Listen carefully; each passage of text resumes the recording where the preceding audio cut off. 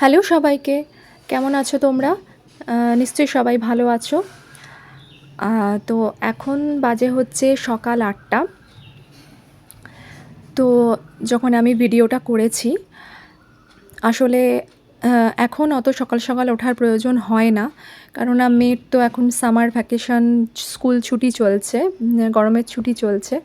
তো সেই জন্য একটু দেরি করেই উঠলেও চলে।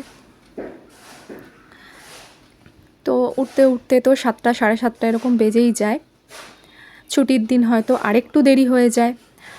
তো চলো যাই হোক, উঠে তো সকালের যা কাজকর্ম থাকে, চা বানানো, সেটা তো ফার্স্টে না হলে হয় না, অন্য কোনো কাজই হয় না। তো দেখো, কথা বলতে বলতে চা কমপ্লিট হয়ে গেল, মেয়ের জন্য দুধ বানানো হয়ে গেল, আমাদের কিন্তু খাওয়াও হয়ে গেল। আর এবার তোমাদেরকে দেখিয়ে দিলাম যে কি ব্রেকফাস্ট হয়েছিল, রুটি আর আলু ভাজা।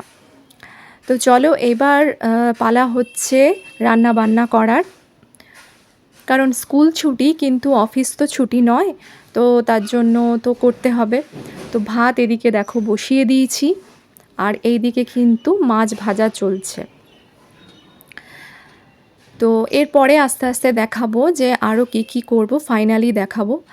তো এখন আপাতত এটাই করছি, ভাত হচ্ছে, এদিকে মাছটা হবে। চলো কি দিয়ে হবে সেটা তোমাদের একটু দেখাই। দেখো, সর্ষে আর পোস্ত দিয়ে বেটে রেখেছিলাম আমি আগের দিন, তো সেটাই আর কি, সেই জন্য সকাল সকাল করে দিতে পারছি আর কি।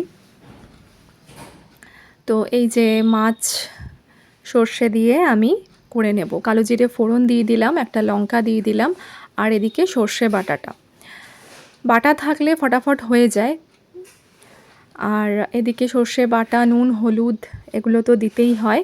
ব্যাস কষিয়ে এরপরে জল দিয়ে দেব, আর জল দিয়ে ফুটে উঠলেই মাছগুলো দিয়ে দেব। সর্ষে বাটা দিয়ে মাছ সবাই জানে করতে, তাও আমি একটু শেয়ার করলাম তোমাদের সাথে। তো ব্যাস দেখো, মাছগুলো দিয়ে দিলাম। এবার দেখো, গরম গরম ভাত কিন্তু হয়ে গেছে, আর এদিকে মাছের ঝোল হয়ে গেছে, মানে মাছের ঝাল আর কি, ঝোল নয়।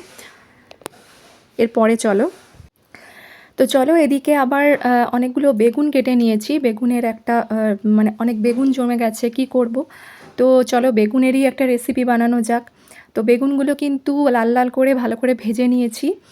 বেগুনটা সিদ্ধ করে নিলেও হয়, কিন্তু আমি ভেজে নিলাম।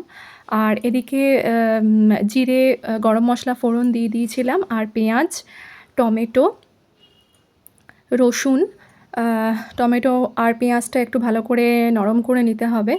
আর তারপরে কিন্তু রসুন দিয়ে দিয়েছি, আর তারপরে যা যা মশলা দিতে হয়, মানে ওই কমন মশলা, হলুদ, জিরে, ধনে, এগুলো আর কি। আর একটু কাশ্মীরি পাউডার দিয়ে দিয়েছিলাম সেটা। তারপরে তো বেগুনগুলো দিয়ে ভালো করে নাড়াচাড়া করে নিলে কিন্তু বেগুন ভর্তা একদম রেডি। আর সঙ্গে তো দই আছে।